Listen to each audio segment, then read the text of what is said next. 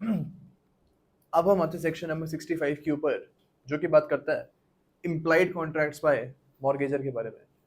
यानी कि जब पर्सन कोई सिक्योरिटी देता है मॉर्गेजी को, तो वो किन किन चीज़ों की गारंटी देता है। इसका ये बोलता है, सबसे पहले तो मॉर्गेजर इस चीज़ की गारंटी लेता है कि उसके पास राइट है उस प्रॉपर्टी के ऊपर। यानी ये जो है हमारे एग्जाम्पल में, ये चीज़ से गारंटी लेगा कि जो सिक्योरिटी में प्रॉपर्टी दे रहा हूँ मैं, उसके ऊपर मेरा खुद का भी राइट है, तभी मैं दे पा रहा हूँ। 20 का बोलता है कि अगर आगे जाके सपोज 1 करोड़ रुपये उठा लिए इन्हें, उसके बाद क्या होता है, एक पर्सन है सी, ये आता है और बोलता है बी को कि ए के पास तो राइट था ही नहीं है मॉर्गेज करने का, इस प्रॉपर्टी के ऊपर तो मेरा राइट है। तो यहाँ पे ए गारंटी देता है बी को कि मैं, अगर ऐसा कुछ भी होगा आगे जाके, तो मैं आप इस राइट को प्रोटेक्ट करूंगा। एंड मैं सी को ये चीज़ बोलूंगा कि प्रॉपर्टी तेरी नहीं है, ये प्रॉपर्टी मेरी है। कोई भी कोर्ट केस होगा इस प्रॉपर्टी के ऊपर आगे जाके, तो उसको मैं डिफेंड करूंगा। इस चीज़ की भी गारंटी मॉर्गेजर देता है टू मॉर्गेजी। सीज का बोलता है कि एक और चीज़ गारंटी देता है ए, कि जो उस प्रॉपर्टी के टैक्स वगैरह हैं, वो सारे के सारे टैक्स जो हैं मैंने पे करके रखे हुए हैं। तो वो उस प्रॉपर्टी टैक्स भी है, वो भी मॉर्गेजर गारंटी लेता है कि मैंने वो टैक्स सारे के सारे पे कर रखे हैं इस प्रॉपर्टी के लिए। डी इसका बोलता है कि अगर सपोज जो मॉर्गेज प्रॉपर्टी है वो लीज के ऊपर दे रखी है, तो फिर सपोज ए और बी के बीच में कॉन्ट्रैक्ट हुआ था कि जो भी लीज का अमाउंट है वो आधा ए को मिलेगा, आधा बी को मिलेगा। अब मॉर्गेजर की रिस्पॉन्सिबिलिटी बनती है कि जो भी लीज का कॉन्ट्रैक्ट है बिटवीन ए एंड बी, वो फुलफिल करना पड़ेगा टू मॉर्गेजर को फुलफिल करना पड़ेगा। ओके, इसका ई बोलता है कि सपोज ए ने बी से पैसे लेने से पहले सी को भी सेम प्रॉपर्टी मॉर्गेज करके रखी हुई थी, पहले करी हुई थी। सी को पहले उसने करा, उसके बाद उसने बी को किया। तो फिर जब ए सेम प्रॉपर्टी को बी को मॉर्गेज करने के लिए आता है, तब वो गारंटी लेता है कि जो मैंने सी को ऑलरेडी मॉर्गेज कर रखी प्रॉपर्टी, जो लोन मैंने सी से उठाया है, उसकी मैं पूरी की पूरी फुलफिलमेंट करूंगा। तो इस चीज की भी गारंटी लेता है a when he comes to be. Okay, तो यही चीज हमको सेक्शन नंबर 65 बोलती है। अब हम आते हैं सेक्शन नंबर 65 ए के ऊपर। इसमें बात करी गई है मॉर्गेजर्स पावर टू लीज। यानी कि जो मॉर्गेजर है उसके पास ये राइट है कि वो मॉर्गेज प्रॉपर्टी की लीज भी कर सकता है। यानी ए और बी के बीच में मॉर्गेज हो रखा है, स्टिल ए जो है उस प्रॉपर्टी की मॉर्गेज की लीज कर सकता है टू सी। लेकिन इसमें कुछ कंडीशंस है। इसकी कंडीशंस है बढ़ते क्लॉज 2 में लिखी हुई है। इसका ए बोलता है कि जो भी ये लीज है ना, ये अकॉर्डिंग्स टू लॉ होनी चाहिए। तो लॉ की जो भी प्रोविजंस है वो सारी की सारी पूरी होनी चाहिए बिफोर ये लीज ऑपरेशन में आएगी। सेकंड इसका बोलता है कि ए जो है उसको ये चीज इंश्योर करनी चाहिए कि वो सी से बेस्ट रेंट ले रहा है। तो जो लीज की कंडीशंस है वो ए के फायदे की होनी चाहिए। सी बोलता है कि उस लीज को रिन्यूअल करने का ऑप्शन नहीं होना चाहिए कॉन्ट्रैक्ट में। यानी ए और सी के बीच में ये कॉन्ट्रैक्ट नहीं होना चाहिए कि सी जब चाहे इस लीज को रिन्यू कर लेगा। ओके, डी इसका बोलता है कि अगर सपोज ए और सी के बीच में लीज का कॉन्ट्रैक्ट हुआ है, तो 6 महीने के अंदर अंदर सी को लीज जो है प्रॉपर्टी की वो लेनी पड़ेगी। 6 मंथ्स के अंदर अंदर उसको लेसी बनना पड़ेगा। ओके, ई इसका बोलता है कि अगर जो लीज है ये एक बिल्डिंग की हो रही है, तब ये 3 साल से ज्यादा की लीज नहीं हो सकती है। ओके, तो यही चीजों के बारे में क्लॉज 2 बोलता है। इसका क्लॉज 3 ये बोलता है कि ये जो टर्म्स हैं, टर्म्स हमने पढ़ी हैं लीज डीड की, ये चेंज भी हो सकती हैं, ये वेरी भी हो सकती हैं। ओके, तो जो ए और सी के बीच में लीज डीड थी, इसको आप चेंज भी कर सकते हो। ओके, तो यही हमारा सेक्शन नंबर 65 बोलता है। अब हम आते हैं सेक्शन नंबर 66 के ऊपर। ये बात करता है कि अगर मॉर्गेजर जो है उन्होंने जो प्रॉपर्टी है अपने पास ही रखी है, बस जो प्रॉपर्टी के पेपर्स हैं उसने वो मॉर्गेजी को दे दिए हैं, लेकिन प्रॉपर्टी की पोजीशन अभी भी मॉर्गेजर के पास ही है। इस केस में मॉर्गेजर को ऐसा कोई काम नहीं करना है जिससे प्रॉपर्टी की वैल्यू जो है वो डिमिनिश हो जाए। तोड़ना नहीं है प्रॉपर्टी को, उसने ख्याल रखना पूरी प्रॉपर्टी का। ये रिस्पॉन्सिबिलिटीज हैं मॉर्गेजर की।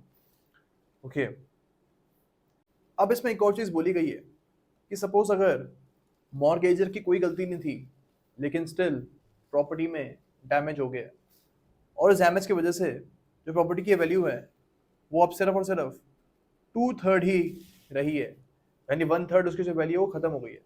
सपोज 1 करोड़ रुपए की प्रॉपर्टी थी, अब कुछ प्रॉब्लम हो गई प्रॉपर्टी के ऊपर, उसकी वजह से प्रॉपर्टी अब सिर्फ और सिर्फ 67 lakhs की ही वैल्यू की बची है। अब इन दिस केस जो सिक्योरिटी है वो फिर भी वैलिड रहेगी। बी ऐसा नहीं बोलेगा ए को कि दोबारा से नई सिक्योरिटी दो, लेकिन अगर ये 2/3 से कम हो जाती है, सपोज 60 लाख हो जाती है इस प्रॉपर्टी की वैल्यू, इस केस में बी जो है वो बोल सकता है ए को कि न्यू सिक्योरिटी आप मेरे को दो, अब इस सिक्योरिटी की कोई वैल्यू नहीं है। तो be can say this thing to a, okay, and फिर नई प्रॉपर्टी उसको देनी पड़ेगी ए को एज सिक्योरिटी। अब इसमें एक और चीज बोली गई है, सपोज जो मॉर्गेजर है उसने जानबूझ के उसने प्रॉपर्टी में कुछ गड़बड़ कर दी है, तोड़ने लग गया प्रॉपर्टी को वो जानबूझ के। अब यहाँ पे गलती मॉर्गेजर की है पूरी की पूरी, एंड इसलिए अब जो भी खराब हुई है सिक्योरिटी उसकी रिस्पॉन्सिबिलिटी मॉर्गेजर की है।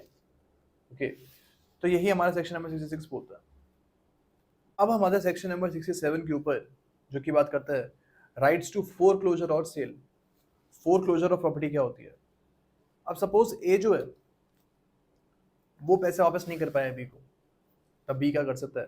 वो कोर्ट में जा सकता है और बोल सकता है कि ए जो है पैसे मेरे वापस नहीं कर रहा है, एंड दैट इज वाई ए की जो सिक्योरिटी प्रॉपर्टी है जो मेरे पास पड़ी हुई है वो अब ए कभी क्लेम नहीं कर सकता, यानी ए जो है वो कभी उस प्रॉपर्टी को रिडीम नहीं कर सकता।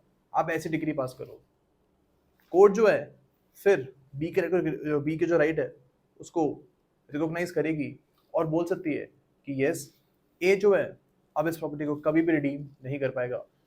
इसको हम बोलेंगे कि प्रॉपर्टी फोरक्लोज हो चुकी है। यही कॉन्सेप्ट है फोरक्लोजर का। एंड आगे जाके बी क्या कर सकता है? बी इस प्रॉपर्टी को बिकवा भी सकता है, सेल भी कर सकता है। तो ये राइट्स हैं हमारे मॉर्गेजी के। ओके, इसमें आप देख सकते हो उसमें लिखा हुआ है a suit to obtain a degree that mortgagor shall be absolutely debarred of his right to redeem the property is called suit of foreclosure. तो यही हमने पढ़ा है बस अभी। अब हम आते हैं कि जो फोरक्लोजर का राइट है ये किस किस टाइप ऑफ मॉर्गेज में अवेलेबल है। ये अवेलेबल है हमको कंडीशनल सेल वाली मॉर्गेज में, एनोमलस मॉर्गेज में, एंड साथ ही यूजुअल फैक्चुअली मॉर्गेज जो है इनमें भी फोरक्लोजर का राइट अवेलेबल है। तो इन 3 टाइप्स ऑफ मॉर्गेज में हमारा फोरक्लोजर का राइट अवेलेबल है। ये चीज हमको याद रखनी है। अब इसमें एक और चीज बोली गई है कि अगर मॉर्गेजर रेलवे कंपनी है, इंडियन रेलवेज है सपोज, इस केस में जो फोरक्लोजर का राइट है वो मॉर्गेजी के पास नहीं होगा। अगर रेलवे कंपनी अपने डेट्स को मीट नहीं कर पा रही है तो कोई भी रेलवे प्रॉपर्टी को फोरक्लोज नहीं करवा पाएगा। And same is the case with government. आप गवर्नमेंट के खिलाफ भी फोरक्लोजर की डिग्री नहीं निकलवा सकते। तो ये कुछ रिस्ट्रिक्शंस है हमारी फोरक्लोजर के ऊपर। अब हम आते हैं सेक्शन नंबर 67 ए के ऊपर। इसमें बोला गया है कि जो हमारे मॉर्गेजी हैं अगर उनके पास 2 प्रॉपर्टीज हैं एज सिक्योरिटी तो इन दोनों प्रॉपर्टीज को वो इकट्ठे भी फोरक्लोज करवा सकता है एंड एक एक करके भी वो फोरक्लोज करवा सकता है। So this is what section 67 A says. अब हम आते हैं सेक्शन नंबर 68 के ऊपर। इसमें बोला गया है कि मॉर्गेजी के पास ये भी राइट है कि वो मॉर्गेजर के खिलाफ सूट फाइल कर दे अपने पैसे निकलवाने के लिए। तो सपोज अगर ए पैसे वापस नहीं कर पा रहा है बी के, तो बी के पास ये भी राइट है कि वो ए के खिलाफ सूट फाइल कर दे फॉर रिकवरी ऑफ मनी। कौन से सर्कमस्टांस में हो सकता है ये हम पढ़ते हैं। इसका ये बोलता है where the mortgagor binds himself to repay the money, यानी कि जब मॉर्गेजर ने बोला है कि कुछ भी हो जाए मैं ये पैसे आपको अपनी जेब से वापस करूंगा, पर्सनली उसने अपने आपको बाइंड किया हुआ है, इन that case mortgagee can file a suit against mortgagor. Okay, अगर सपोज एक और 20 का ये बोलता है कि अगर मॉर्गेजर की गलती की वजह से प्रॉपर्टी डैमेज हो चुकी है, इन दैट केस ऑल्सो मॉर्गेजी जो है वो मॉर्गेजर के खिलाफ सूट फाइल कर सकते हैं for recovery of money, because जो प्रॉपर्टी सिक्योरिटी में थी वो तो ऑलरेडी डैमेज हो चुकी है, उसमें से पैसे अब नहीं निकल सकते। ओके,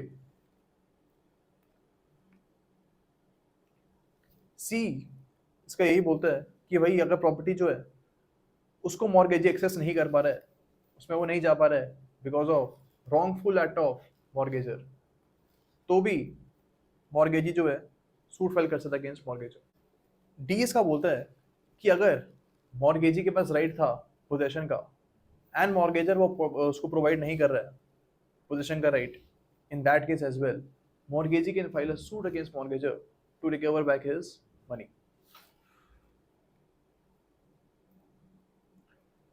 तो यही चीजों के बारे में सेक्शन नंबर 68 बात करता है। अब हम आते हैं सेक्शन नंबर 69 के ऊपर। इसमें हमको सिर्फ एक ही चीज समझनी है जो कि प्रीलिम्स के हिसाब से हमको याद रखना है कि कौन से सर्कमस्टांसेस हैं जब कोर्ट के परमिशन के बिना ही आप प्रॉपर्टी को सेल कर सकते हो। ओके, तो उसका ए हम देखते हैं, इसमें बोला गया है अगर पार्टीज हिंदू मुस्लिम और बुद्धिस्ट ना हो तब इन दैट केस आप प्रॉपर्टी को कोर्ट के परमिशन के बिना ही सेल कर सकते हो। सपोज मॉर्गेजर भी क्रिश्चियन है, मॉर्गेजी भी क्रिश्चियन है, अब मॉर्गेजर पैसे नहीं दे पा रहा है, तो इन दिस केस जो हमारे मॉर्गेजी हैं वो कोर्ट में जाए बिना ही प्रॉपर्टी को सेल करवा सकते हैं।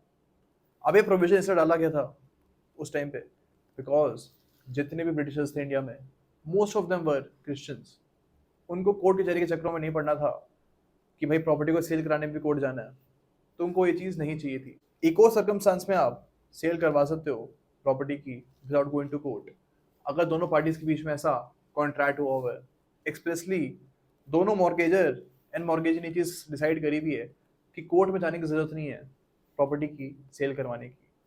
इन दिस केस ऑल्सो आप बिना कोर्ट में जाए प्रॉपर्टी की सेल करवा सकते हो। तो आपको यही चीज़ जो है सेक्शन नंबर 69 में याद रखनी है प्रीलिम्स के हिसाब से। इसमें ज़्यादा क्वेश्चन कभी पूछते नहीं है बट स्टिल हमको एसेंस पता होना चाहिए इसका। अब हम आते सेक्शन नंबर 69A के ऊपर। इसमें बात करी गई है अपॉइंटमेंट ऑफ रिसीवर के बारे में। अब रिसीवर हमने सीबीसी में पढ़ा है, रिसीवर कौन होता है?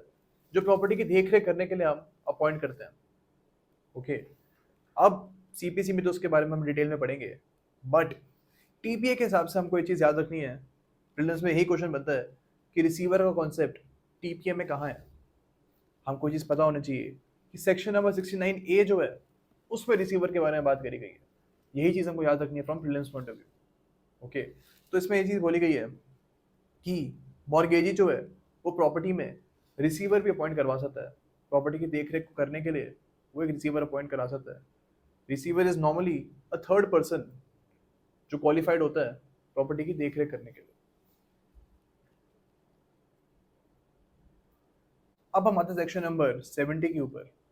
इसमें वही एक्सेशनरी कॉन्सेप्ट के बारे में बात करी गई है कि अगर सपोज मॉर्गेजी के पास जब प्रॉपर्टी थी तब उसने उसमें कुछ कंस्ट्रक्शन करवाया है जिसकी वजह से प्रॉपर्टी की वैल्यू बढ़ गई है, तो जब मॉर्गेजर आएगा प्रॉपर्टी को रिडीम करने के लिए तब उसको एक्सेशन का बेनिफिट मिलेगा। जो भी कंस्ट्रक्शन कराई गई है प्रॉपर्टी में मॉर्गेजी के द्वारा उसका बेनिफिट मॉर्गेजर को मिलेगा। ओके, तो यही हमारा सेक्शन नंबर 70 बोलता है।